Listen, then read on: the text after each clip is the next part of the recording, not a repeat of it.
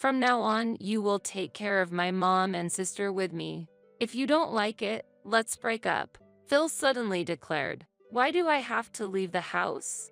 I couldn't agree with Phil's sudden proposal. My sister-in-law, Julia, is a real troublemaker.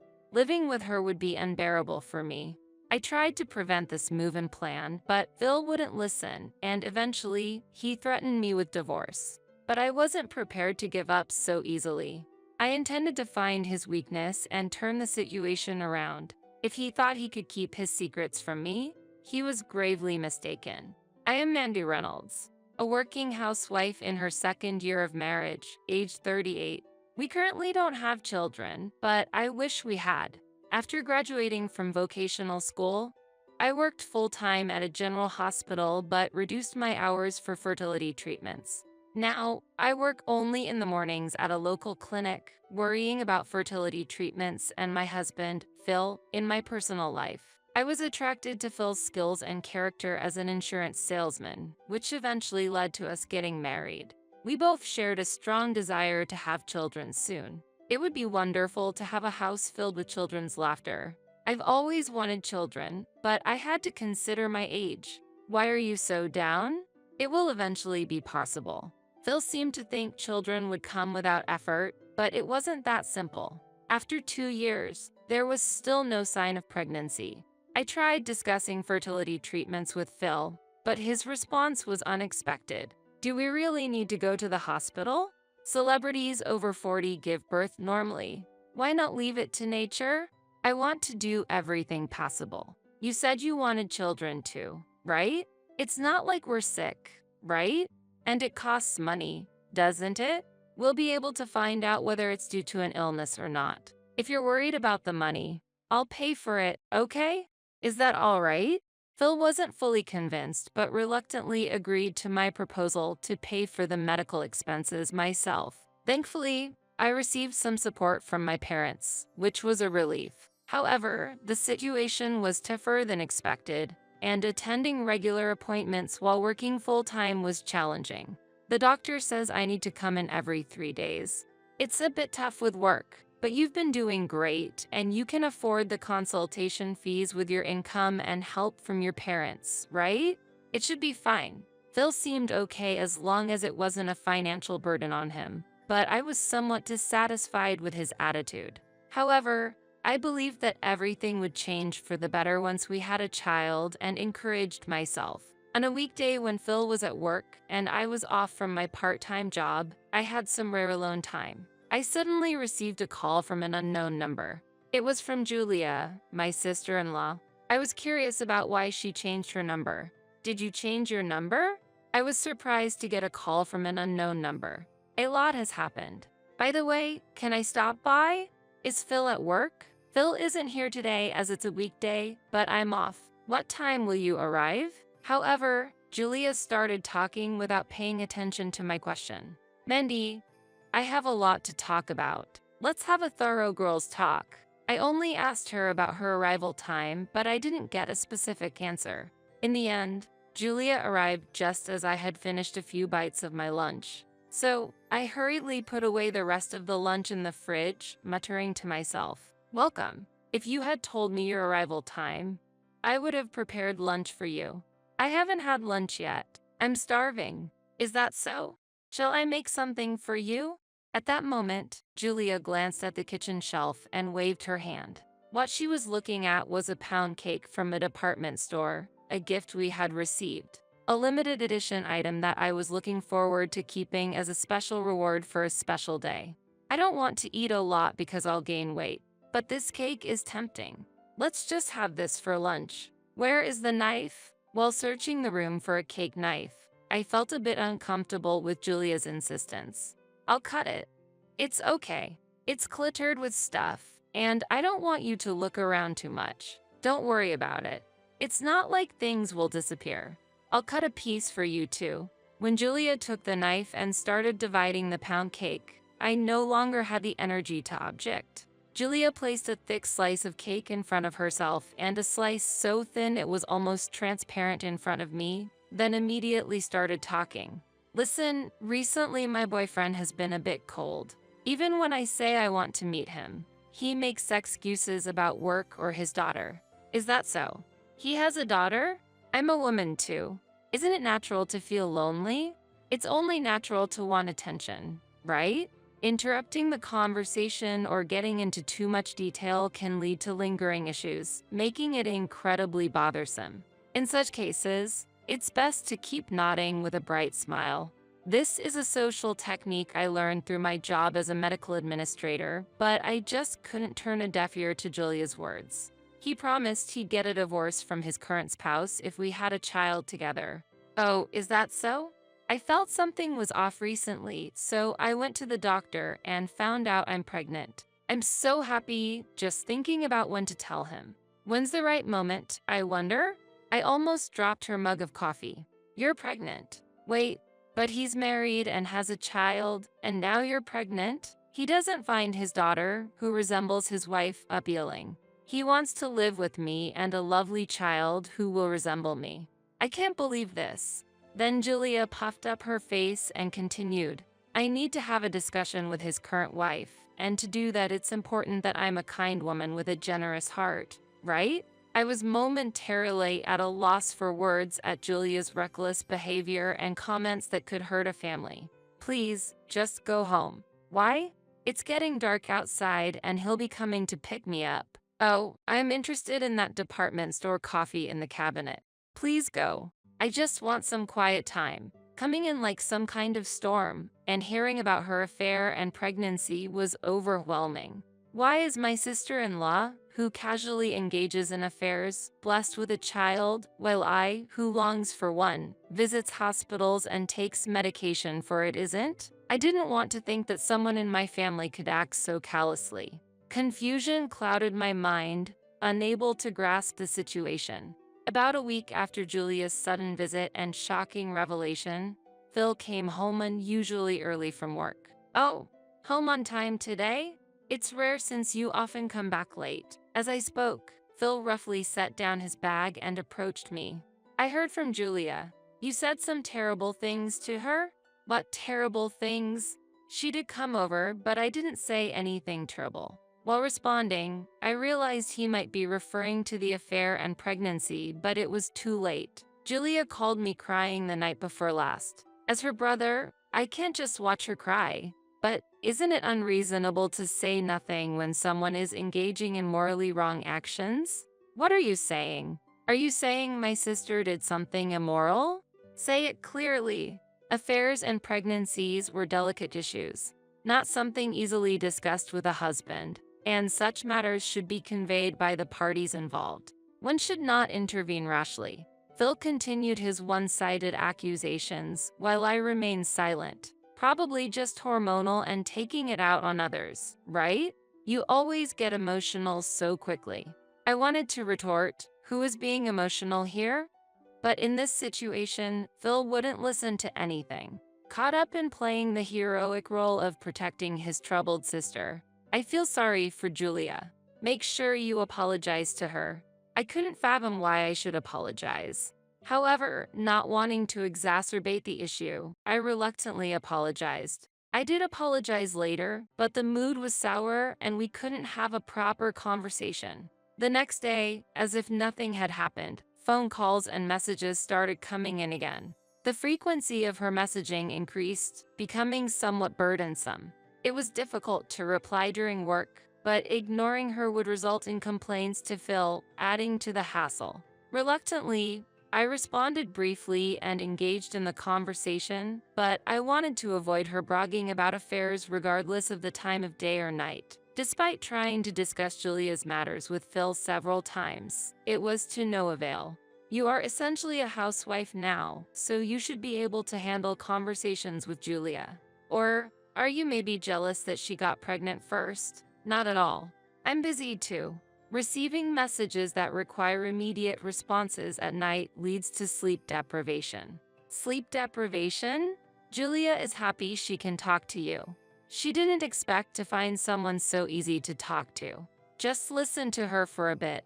It seemed impossible to get Phil to understand. Despite my worries, the continuous messages from Julia remained a nuisance. However, I would later realize how naive I was to express my frustrations through phone calls and emails. About 2 months after I brought up Julia's matters to Phil, as the seasons changed and I considered switching to autumn clothes, the doorbell rang. Had I ordered something? As I headed to the entrance, an unexpected sight greeted me. Boxes piled up as if they were part of a move were being brought into the house. They were addressed to Phil, likely work-related items. But since their arrival, there had been no contact from Phil, and he hadn't returned home. Would have been nice to have prior notice. 3 days after not hearing a single word from Phil, he returned late at night, as if nothing had happened. "Hey, I'm back. No welcome? I'm trying to sleep. It's 1 a.m. Can you keep it down? Oh, you don't like that I'm back?" He was clearly aggressive, likely due to the alcohol. Approaching me, he stumbled over the large boxes and fell heavily. "Hey, what's with these boxes? You should have sorted them out. These are all addressed to you. I can't just open them without your permission. Are you talking back to me? Anyways, you should take care of these." I was stunned by Phil's statement. "What do you mean? I should handle them?" Just as I said, these belong to Julia and my mom. Mostly Julia's stuff, though. Wait, why are Julia's and your mother's belongings being sent here? Phil began to explain cheerfully, as if a long-awaited plan was coming to fruition.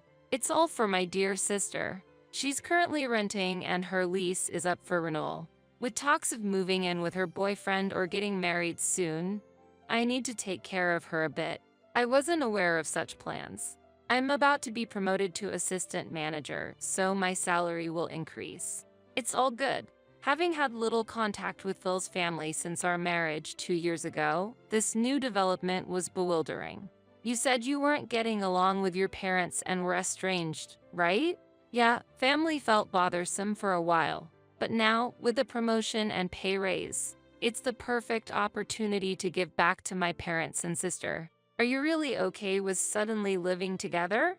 We'll manage. Besides, there's a spare room. If we convert your room into storage space, there should be plenty of room for 4 people to live comfortably. Don't see a problem, do you?" His attitude assumed everything would go smoothly, but I was far from convinced. Moreover, Phil's offer to support Julia before her marriage made me wonder how much he understood our conversations. The information I received was quite different, leaving me anxious. "From now on, you will take care of my mom and sister with me. If you don't like it, let's break up," Phil suddenly declared. It's difficult to respond to such a sudden request. Even if it's for a short period, I prefer to avoid living together. Then we have no choice but to get a divorce, and I'll leave. Then go ahead and try? But I couldn't just leave immediately. I needed to prepare as much as possible in this house first. I needed to see Phil struggling. So I started by organizing Phil's belongings.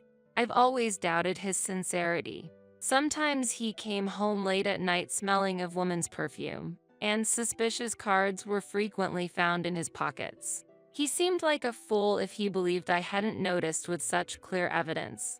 When I checked the computer we share, I found that Phil had left his account logged in.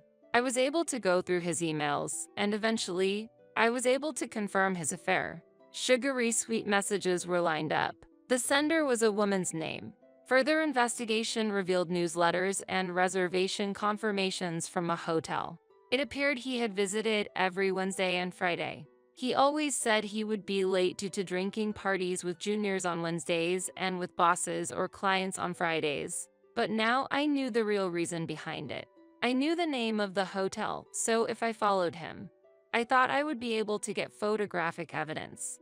However, I was an amateur and wanted to avoid getting caught. I had to devise a plan to obtain solid evidence through surveillance. Julia planned to visit in 4 days, but by then, I was determined to investigate Phil's infidelity and monitor Julia's behavior. Phil misunderstood Julia as the unfortunate heroine, but that was all just a misunderstanding. She was just a cheater, scheming to stay until she could secure getting married. So, I had to prepare for any future events by gathering as much advantageous information as possible. With these thoughts, I continued to gather information on social media. I clicked on a profile that was likely Julia's in the connections with friends section. The photos were heavily edited, changing the shape of her face and the size of her eyes, but it was undoubtedly Julia. After examining the photos and posts uploaded on Julia's page, I came across something I didn't want to be true. I can't believe this. The images Julia uploaded were hints to her relationship, and a specific item belonging to a man caught my eyes. Although his face wasn't clear, the item reminded me of the husband of a close friend from high school. I was close enough to them to have given a speech at their wedding. I remembered his unique taste from my visits to their house when I was still single. For example, a keychain of a shark's bone he shared with his wife, or wallets and ties with unique designs that reflected his preferences. Anyone who knew him could identify him from these items in the photos. I was not sure if my best friend from high school was aware of this situation, but she likely didn't know. Feeling doubtful yet believing my friend is likely unaware, I decide to share just the SNS information with her, leaving it to her discretion whether to confront his infidelity or not. There was also someone else I needed to talk to. It's been a while, Mother. I heard that you'll be staying with us from the day after tomorrow. Phil mentioned it. However, I have something to discuss with you before that. What a coincidence. I was also planning to let you know something before coming over the day after tomorrow. It seemed my mother-in-law also had something she wanted to share with me. In that case, it's time to reveal everything. I'll be frank. I'm considering getting a divorce due to Phil's affair. I'm still here, but once I finish organizing my belongings, I plan to leave. I suspected as much. Phil suddenly started to be kind to me, which was unusual. Do you have evidence? It was understandable that my mother-in-law wanted to see evidence. If her son was committing adultery and that was the reason for the breakup, naturally, she would want to see the evidence. Please look at this. I found it on the computer we share. The exchange of emails and photos prove everything. I see. Is this all the evidence you have? While flipping through the printed emails, my mother-in-law asked a heavy question. Her gaze was suffocating. This is all I have for now. When I confront Phil, I want to have solid evidence, but it's not perfect yet. Well, considering his character, excuses and lies are expected. Please use this and hire a detective. She slowly took something out of her bag, revealing a bank book and a card. What are these funds? It's part of my husband's assets. He had an affair in the past, so I despise infidelity and affairs. Isn't this the perfect opportunity to teach him a lesson? While saying this, my mother-in-law smirked secretly. I had hardly spoken to her before and found her a bit intimidating, but I never expected her to be this supportive. Use these funds to make him take full responsibility. I highly appreciate that a capable woman like you married my irresponsible son, so don't hesitate to rely on it. With my mother-in-law's support, I hired a detective specializing in tracking infidelity and obtained solid evidence. Deciding when to confront Phil with it required carefully thinking things through. 2 weeks after my mother-in-law and Julia started living with us, I was ready to begin my new life. During a holiday, a letter addressed to Julia was forwarded to our house, triggering an unexpected revelation. What? I can't pay $30,000 at once. Weren't you planning on getting married soon? What happened? It's from his wife, demanding compensation. Phil immediately stood up, snatched the document from Julia, and exclaimed, "What's this? A woman's name as the sender? It must be fake, slander or harassment." Somehow, Phil seemed to believe Julia was completely innocent. Meanwhile, my mother-in-law seemed utterly unaware of the situation. The beloved boyfriend Julia mentioned before is my best friend's husband. You were pregnant, and if the baby was born, he was going to leave his wife and marry you, right? Were you really planning to do that? Was that all a lie? I can't believe it. Trying to destroy someone else's family. While saying this, Julia started to tearfully insist on her innocence. But the relationship with his wife was already strained, and they were on the brink of divorce. He said he wanted to raise our child together, that he wanted our baby. Their relationship was already over, right? So it's not adultery or an affair, and there's no reason for compensation. Look, this must be some kind of prank. Julia has always been the target of jealousy and envy. Feeling it was time to speak up, I broached the subject with Phil. So, you're saying infidelity and affairs are not a problem? Yeah, it's part of being a man, and constantly dealing with compensation and lawyers seems excessive. Just overlook it. I spread the photos taken by the detective across the table. The person in these images is unmistakably you, Phil, right? According to the research, you were having an affair with a woman called Sarah, your business partner. Please stop belittling people. Disregarding my rage, Phil still managed a light laugh. I've said it before, but this is a man's pride. If you can't understand this, social life will be difficult. That's enough. My intention to divorce is firm, and the responsibility lies with you, Phil. Of course, I'll be demanding compensation as well. Wait a minute, that's unacceptable, right? What's this about compensation? Calm down a bit. While this was happening, my mother-in-law raised her voice in anger. I've been listening to all this nonsense all this time, and there's no saving Phil or Julia. I never thought my own children would have such a rotten personality. I'm disappointed. Wait, I don't have that kind of money. Mom, please pay for it. Think of it as the college tuition I never used. No matter what excuse you have, I won't be convinced, so just give up. As my mother-in-law and Julia were arguing, Phil turned to me, seeking clarification. You're not seriously considering divorce and compensation, right? You still love me, don't you? What are you talking about? You cheated on me, made unilateral decisions, and who was it that threatened divorce if I didn't accept living with your mother and Julia? All of a sudden, Phil started to cry hearing my response. My meeting with Sarah was fate, true love. What we had was a completely different kind of love. You understand, right? You'll support our love, won't you? I wasn't able to understand you from the start, and I have no intention to do now either. I've finished packing, so I'm leaving this place. Are you really going to leave?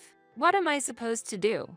I looked down at Phil, who was pitifully pleading at my feet, and declared my final decision. I don't care. You'll be getting the divorce papers and documents about the compensation, so deal with them. Thanks to involving a lawyer, our divorce proceeded smoothly. An agreement was reached to ensure the payment of compensation. Although my mother-in-law lost her husband, she was healthy both mentally and physically and has started living alone for the first time in her life. She seemed to be leading a fulfilling life with her hobbies and training every day. As for Julia, it seems her affair and pregnancy became widely known. People's gossip was inevitable, and eventually it became a well-known fact. She was fired from her temporary job, and with the rumors about her affair spreading, it became difficult for her to find employment anywhere else. Moreover, Julia's affair partner ultimately chose to make up with his wife, my close friend, leaving Julia completely abandoned. One day, Julia, driven by anger, confronted me. You revealed his and my secret to his wife, didn't you? Was your promise to wholeheartedly celebrate our happiness a lie?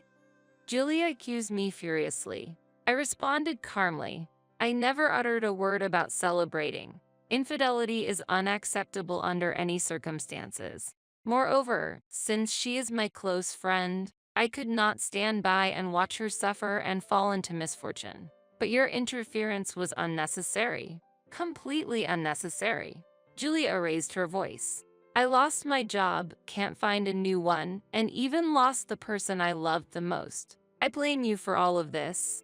During our confrontation in a bustling supermarket, Julia attempted to physically confront me, but fortunately, a young security guard intervened promptly, preventing the situation from escalating any further. Both Phil and Julia tried to seek help from their mother, but she coldly rejected all requests. Meanwhile, I heard Phil, due to his dishonest actions, was abandoned by his lover and fell into a gambling addiction. As a result, he was late in paying the compensation, so I decided to request his employer to garnish his wages. The rumor of the divorce caused by the compensation issue spread like wildfire throughout Phil's workplace, becoming a serious issue that could not be overlooked. Despite being a top sales performer respected by many colleagues, his personal actions were scrutinized, leading to his transfer to a department often referred to as the sideline room, where employees merely bide their time without meaningful work. After the divorce, I embraced my newfound freedom, fully enjoying my personal time. Although I once deeply desired to have children and build a happy family with Phil, that now seemed like a distant memory, and I decided to prioritize my financial independence. Furthermore, in my new partner, whom I met through work, I have found a serious and supportive relationship that brings a new sense of fulfillment to my life. He is a mid-career male nurse, skilled at empathizing with others, and our conversations always provide comfort and reassurance, whether or not we decide to have children. He is a trustworthy and wonderful person who accepts me entirely, allowing us to build our future together. I am determined to forge my path in life, focusing on pursuing my happiness. If you won't listen to me, I'm not above considering divorce. With such a self-centered statement from my husband, I've come to feel that I no longer want to be involved with him. I've decided to accept the option of divorce that he proposed. He looked at me contentedly, unaware of what the future holds. My name is Amy. I'm 35 years old, married for 5 years, and living with my husband. We've been wanting children but haven't been blessed with any. We considered fertility treatments, but ultimately decided to wait for it to happen naturally due to my husband's views. Even if we can't have children, living our lives together is a life in itself, he said, which lightened my heart a bit. After we got married, both of my husband's parents passed away one after the other, so we didn't have time to focus on treatment. Truth be told, my husband has always been bossy. We were originally a boss and a subordinate at work. In front of relatives, he calls me a foolish wife and scolds me harshly for any mistakes. This relationship has continued even after we became husband and wife. Saying this might make my husband seem like a bad person, but he has his kind moments too. When he was my superior, he would give me precise advice and guidance during work failures or difficulties, and he has thanked me for my efforts. One particularly memorable moment was when he encouraged me after I lost my beloved grandfather, which deepened our relationship and eventually led to our marriage. After marriage, I quit my job to become a housewife. Amy, I'm home. Welcome back. You must be tired. My husband comes home after 9 p.m. His responsibilities as a manager are heavy, and he works late almost every day. You've had a tough day again. Thank you for your hard work, I would say as I tidy up his clothes and socks. He sinks into the sofa, too tired to reply, and remains quiet. This has become his daily routine. I start preparing dinner so he can eat as soon as possible. Once the meal and a fork are ready, he silently begins to eat. After finishing his meal in about 10 minutes, he heads to the bath. I prepare a bath towel and underwear for him and clean up after the meal. Then, my husband goes straight to the bedroom after his bath. He's always been a man of few words, but since his promotion, he seems more exhausted, and our conversations have become almost non-existent. Yet, I deeply trust and love him because he was there for me when I was at my lowest. I lost my father in middle school and my mother right after entering high school. My grandfather took me in and raised me like his own daughter. I loved my kind and warm grandfather with all my heart. When I became a working adult, I strongly wished to repay my grandfather for his kindness by taking him on trips and enjoying delicious meals together. The days I spent with my grandfather were incredibly happy, and I always wished for his health. However, 3 years into my career, my grandfather passed away from lung cancer, leaving me completely alone. Though I knew we would have to part ways someday, I never expected it to be so soon. I wanted to do more for my grandfather and spend more time with him. Overwhelmed by grief, I spent many nights crying. It was then that my boss at the time, who is now my husband, noticed my distress and supported me. My husband listened to me and offered comforting words, saying, "That must have been tough. You have done well." I'm truly grateful that he was my superior. Even though he's usually strict, he was particularly warm and encouraging at that moment. I'm convinced from the bottom of my heart that my husband truly has a warm heart. This fact is clear to me. That's why I sincerely wish to continue supporting my husband going forward. That's how I've been feeling lately. But then, something happened one afternoon on a day off. Our home phone rang. "Hello, yes. Hey, it's your brother-in-law." The caller was my husband's brother. Oh, it's been a while. What's up? Actually, I need to talk to my brother. Is he there?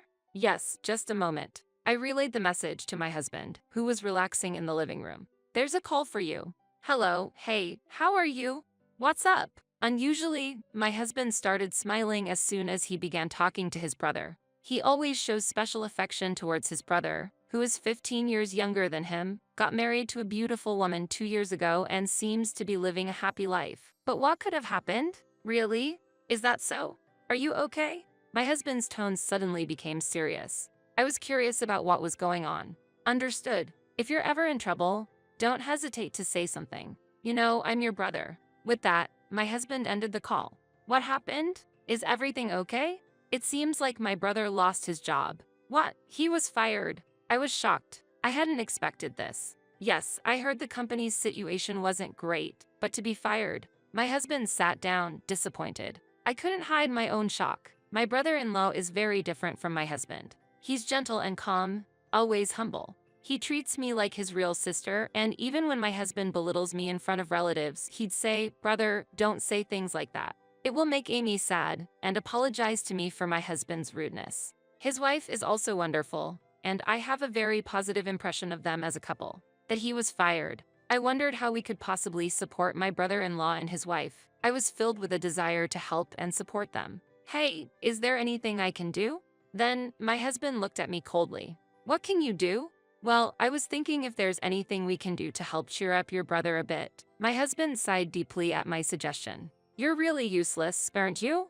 You might not understand because you lack social experience, but this is their toughest time. Saying thoughtlessly that we should help without understanding the situation is something I'd prefer outsiders to refrain from. His overly aggressive stance made me reflexively argue back. It seems my words intended as kindness angered him. Outsider?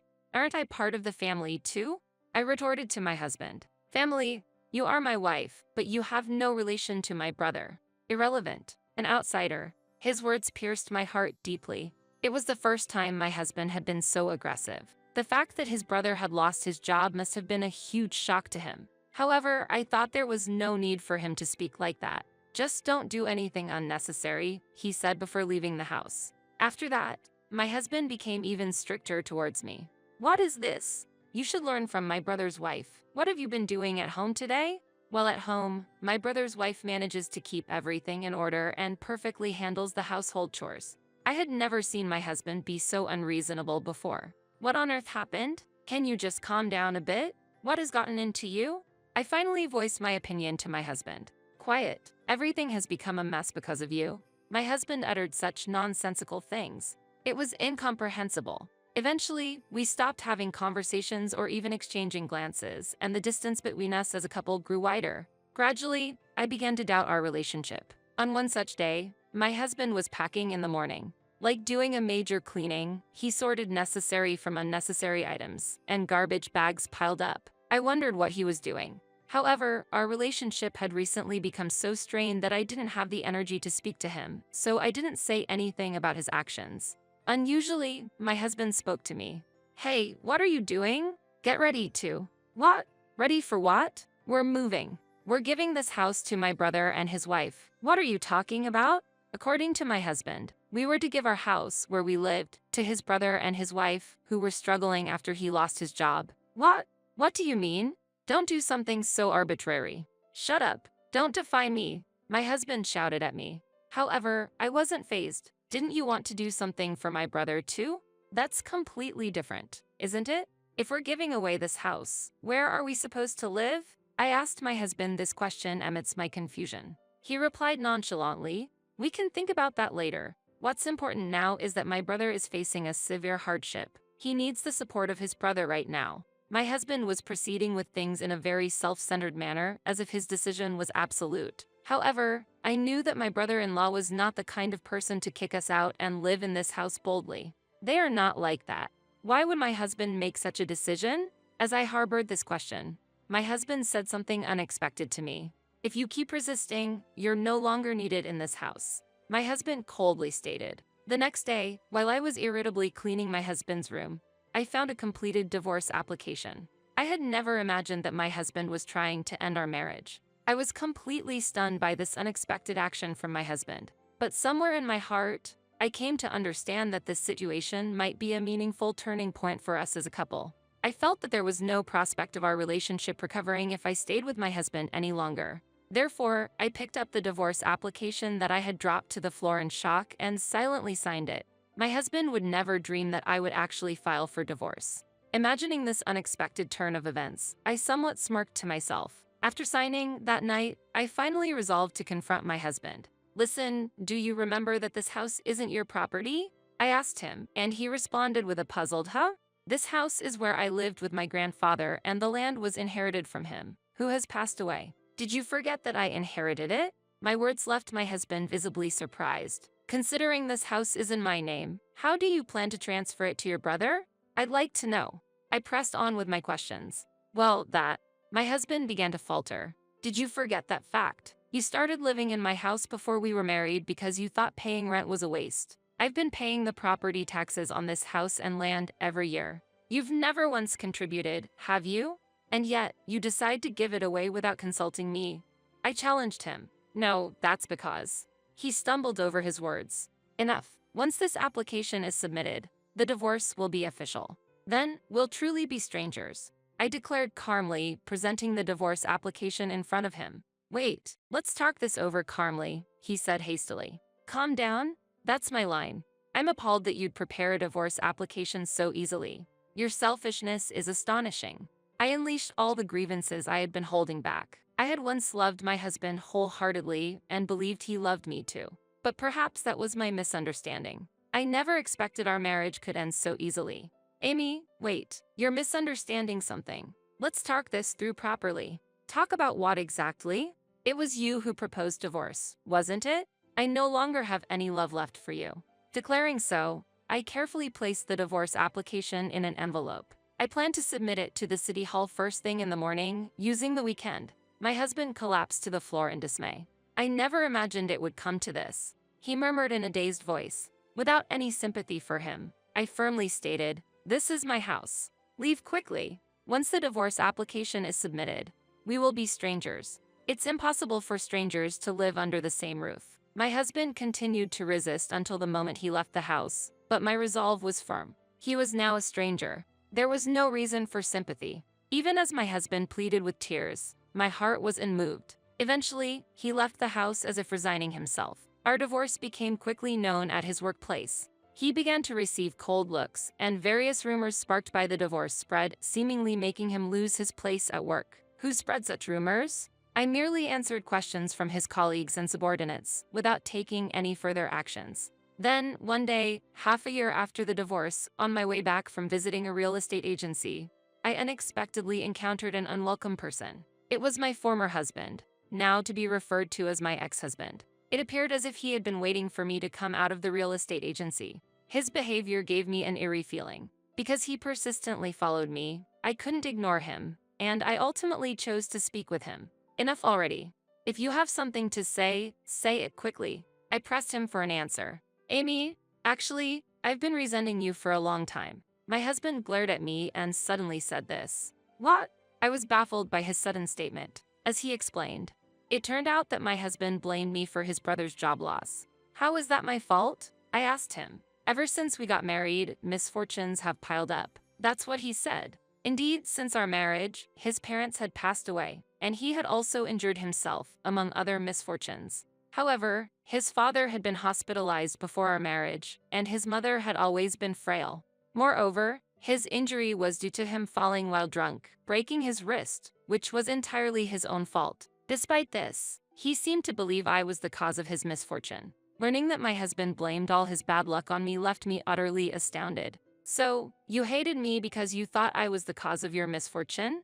I forgave you, thinking you were just clumsy, but you actually just resented me." I was disappointed with his attitude. He always blamed others, a truly self-centered person. Without any basis, he just blamed others. I couldn't understand how he managed to hold a managerial position at work. I was worried if his subordinates were also unfairly blamed for unreasonable reasons. When had the superior I once trusted changed into such a person? And I felt a bit pitiful for having married such a person. "But since divorcing you, bad luck has indeed continued." What kind of bad luck specifically? When I asked, he rolled up his sleeve to show me. His skin was scarred from burns. Actually, there was a fire in the apartment I lived in 3 months ago. Not only that, I also lost my wallet, and I've been making mistakes at work. Moreover, things haven't been going well with my brother recently, and we haven't been in contact. In other words, his misfortune continued even after our divorce. It's no surprise. Honestly, even hearing about his troubles, I couldn't muster any sympathy for his misfortune, because all of it was a result of his own actions. It had nothing to do with me. Please, Amy, I want you to come back. I'm nothing without you. Remember? We were together as a couple, and when you were working as a salaryman, I supported you in many ways, right? And when your grandfather passed away, I was there to support you a lot, he said, trying to guilt trip me. The misfortune you're facing is the result of your own actions, right? Why don't you reflect on yourself? You should really do something about your bad habit of always blaming others, I told him and walked away. Amy, wait, Amy, he called out, trying to stop me, but I pretended not to know him and disappeared into the crowd. About a week later, I received a call from the person who used to be my brother-in-law. Amy, I guess I can't call you sister anymore. Actually, I have something to talk about regarding my brother. According to my brother-in-law, the decision to give our house to his brother was made unilaterally by my husband. My brother-in-law and his wife knew nothing about the plan. My brother has always had a tendency to show off, and I've been worried about his personality for a long time. The way he treated you, Amy, was terrible, and it was painful to watch as his brother. He said, he truly was a kind-hearted person. I wonder why there's such a difference in personality between the brothers. I don't know if it's my place to say this, but I feel you made the right decision by divorcing. I hope you find happiness, Amy. Thank you so much. That means a lot to me. Later, I heard that my former brother-in-law fortunately found a job quickly and seemed to be managing to make ends meet. I was truly relieved. I've decided to keep some distance from my brother. It seems my brother-in-law had his own thoughts. He mentioned gradually reducing interactions with his brother, who was my ex-husband. This was why my ex-husband had lost contact with his younger brother. After the divorce, being distanced by his closest brother, my ex-husband found himself in a state of loneliness. I hope one day he can understand the consequences of his actions. Before that, I have to completely disappear from my ex-husband's life. On the day I encountered my ex-husband, I had just signed a contract with a real estate agent to rent out the house I inherited from my grandfather. The house was too large for me to live in alone. However, I couldn't bear to part with the house filled with memories of my grandfather. I hoped to let someone who wanted to live there use the house. I changed my phone number and address, cutting off all ties with my ex-husband. Life still holds many possibilities for me. After all, I am only 35 years old. My name is Lindsay. I'm a 29-year-old company employee, and this year means I'm getting older still. I met Jake, a year older than me, through friends, and we decided to marry 6 months after we started dating. Jake, who made a name for himself in tennis during his student days, is an active person who continues to play tennis even now. As I was in the tennis club during my student days, we immediately found common ground together. Once we started dating, we would often play tennis together on the weekends. One day, after our date, Jake proposed to me and we decided to get married. It's been almost 3 years since we got married. We don't have children, but we bought an apartment after getting married and have been living together ever since. Both of us work, and while we aren't struggling financially, we can't say that we're wealthy either. We're living a happy life. However, something happened between us that shattered my peaceful days. One day, Jake suddenly asked me to come to his parents' house. Surprised, I hurried there to find Jake, his parents, and an unknown woman waiting for me. As I struggled to understand the situation, Jake suddenly knelt down and said, "Lindsay, I'm truly sorry. The truth is, I've been involved with this woman here, Olivia. Last week, we found out that Olivia is pregnant. I feel responsible for her and the baby. So I think it's better that we separate. I'm sorry, but I want a divorce." Jake shocked me with this revelation. Exposed to his infidelity, the pregnancy, and faced with his demands for divorce, I was stunned. That was when my mother-in-law spoke to me. "Lindsay, please forgive Jake. Yes, he cheated, but the problem lies with you too. You and Jake weren't really a good match from the beginning. So, I'm sorry, but please forget about him. And my father-in-law added, Olivia's father is an executive at a major company. A man in a totally different position from someone like your poor father. I think you know who's more suitable for our son. I couldn't believe it. Jake's father belittled not only me, but also my father too. Normally, parents would put the blame on their son for cheating, but Jake's parents didn't seem to think that way. Instead, they seemed to think it was natural for us to divorce, and that their son had done nothing wrong. I took the divorce papers and said, I understand what you all want to say. Being with people who have such warped thoughts might affect me too. I'm shocked at how you make it seem like I'm the villain despite Jake's infidelity. Don't worry, I'll file these divorce papers myself. I'll leave the rest to a lawyer. And with that, I quickly left the scene. As I left, my father-in-law mockingly said, a poor person hiring a lawyer? What a waste of time and money, when she doesn't even have any. She shouldn't bite off more than she can chew. Ha ha ha. Ignoring him, I left his parents' house and immediately went to City Hall to file the divorce papers. At least I was able to end my marriage with Jake. The next day, surprisingly, Jake and Olivia came to my apartment. Seeing me, Jake said, Oh, you're still here? You haven't even packed your things. You're taking your time, aren't you? Hearing this, Olivia also looked at me curiously. I was furious at Jake's words. What are you talking about? You're the one who should be taking it slow. This is my house, so you should be the one to leave. The movers are coming soon to take all your belongings to your parents' house. If there's anything you don't want them to touch, you should take it now, I retorted. Hearing this, Jake suddenly panicked. What? This is my house. The ownership should be in my name, he exclaimed. I was dumbfounded. After all, this apartment was bought in my name. I had already told Jake about this, and about my family's background before we got married. But it seems that Jake is the type to conveniently forget things that don't suit him. Perhaps this carefree nature is why he was easily swayed by Olivia. I showed the deed to the apartment and my name was clearly written on it. Jake's face quickly changed upon seeing it. Meanwhile, Olivia's face began to cloud over with anger. Jake, what is this all about? This is completely different from what you told me before. Were you deceiving me? Olivia began to confront him. This is strange. What's happening? Jake responded in confusion. That's not an answer. Explain yourself. Olivia pressed on. First, this is my house, so please take your argument outside. And just so you know, Jake has various debts. So if you're planning to marry him, be prepared for that burden. I calmly stated the facts to Olivia. Hearing this, Olivia seemed about to say something, but I didn't care and kicked both of them out of the room, slamming the door behind them. After a while, I could hear them arguing outside the door, but it eventually quieted down. About an hour later, the movers finally arrived and took all of Jake's belongings to his parents' house.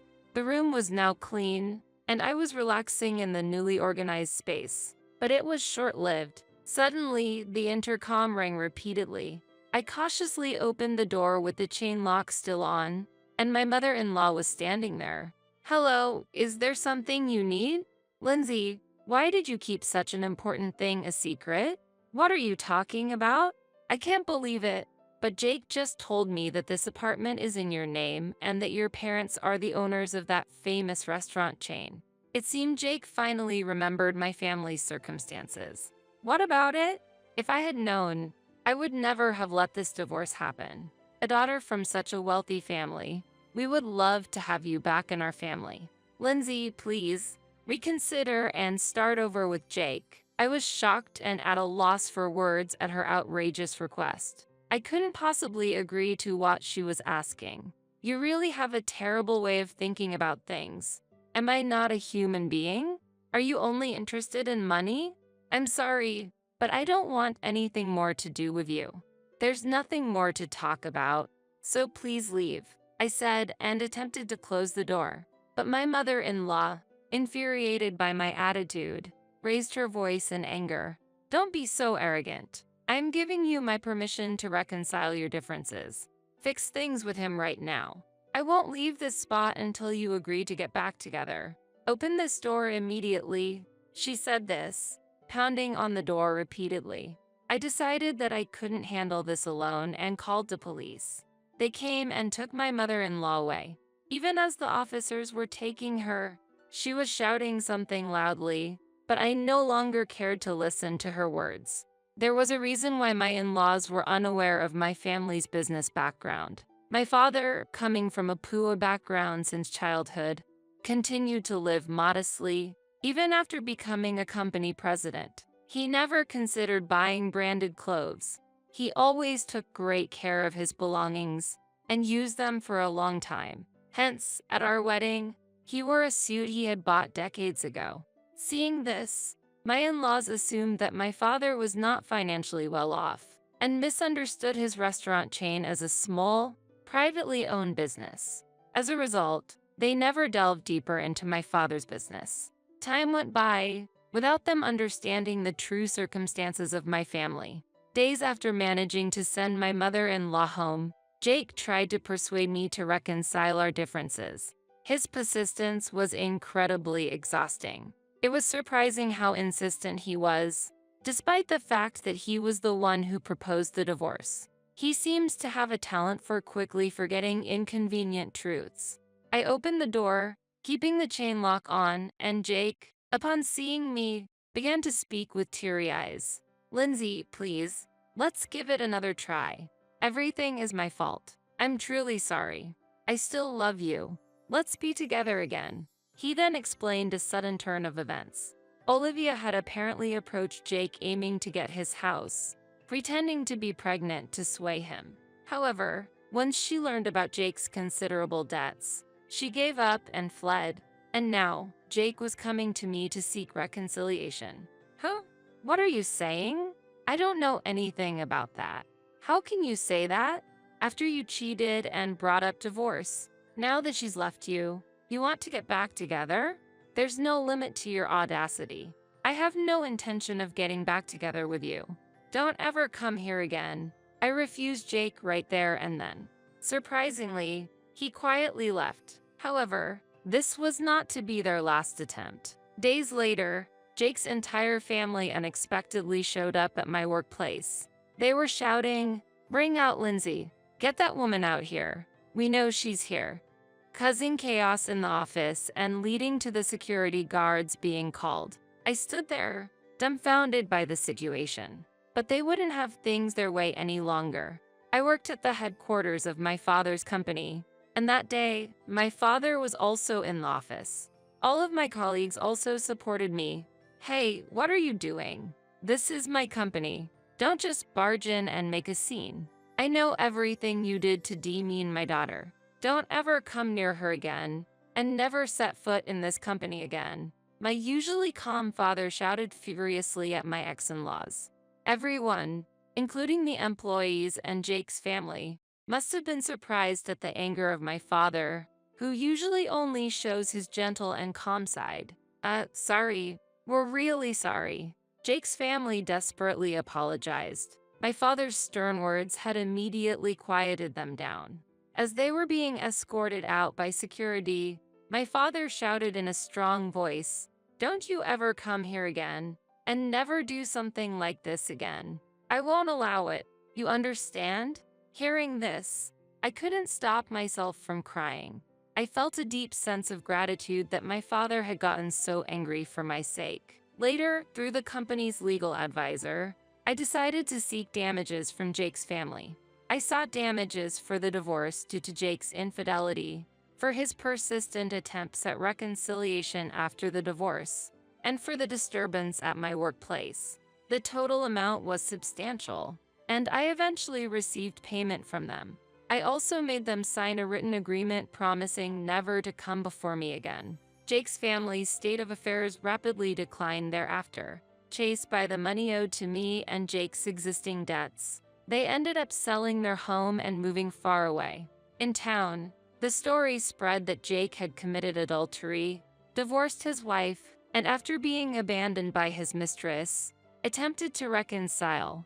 Facing such embarrassment, they could no longer stay in this town. While I felt a bit of sympathy for them, I also knew that everything was a consequence of their actions, so it was clearly deserved. Jake's family never appeared before me again. Finally, I was able to resume my peaceful days. However, my father had harsh words for me as well regarding what had happened. He blamed me for not recognizing before the marriage that Jake was a person who would commit adultery and accrue debts. Certainly, while Jake was at fault, my lack of insight was also partly to blame.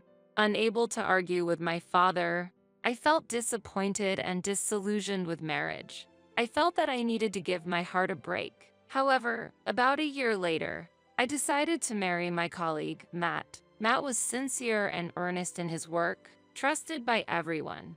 I was initially attracted by his personality, but as we started dating, I was also drawn to his lifestyle. His life was surprisingly simple. He never indulged in branded items, used everyday things for a long time, but generously spent money and spoiled me on dates. His behavior was very similar to my father's. My father, who usually saves money, would splurge on family trips, bringing us joy. I deeply loved and respected my father. Realizing Matt's actions were similar to my father's, I felt that I could be happy with him in the future. Therefore, I decided to marry Matt. I was worried about being scolded by my father for remarrying within a year of my divorce, but his reaction was surprisingly positive, probably because he had heard of Matt's reputation at work and knew of his character. There was nothing bad said about Matt, and from my father's perspective as the company president, Matt seemed to be performing exceptionally well. I feel confident that Matt will take good care of you, Lindsay, my father told me happily. Matt and I were happily married. Not long after our marriage, we discovered that I was with a child. The happiest person to hear this news was undoubtedly my father. I was so glad to see my father happy. Reflecting on my time with Jake, where we didn't have children even after 3 years of marriage, it seemed like a stroke of luck. Matt and I plan to take over the company in the future. We are currently learning the basics of management from my father. Although there are many challenges, we accept that they are our responsibility as successors, and we are working hard together. We believe that we will need even more effort for the sake of our upcoming child, despite all that's happened. I am now very happy.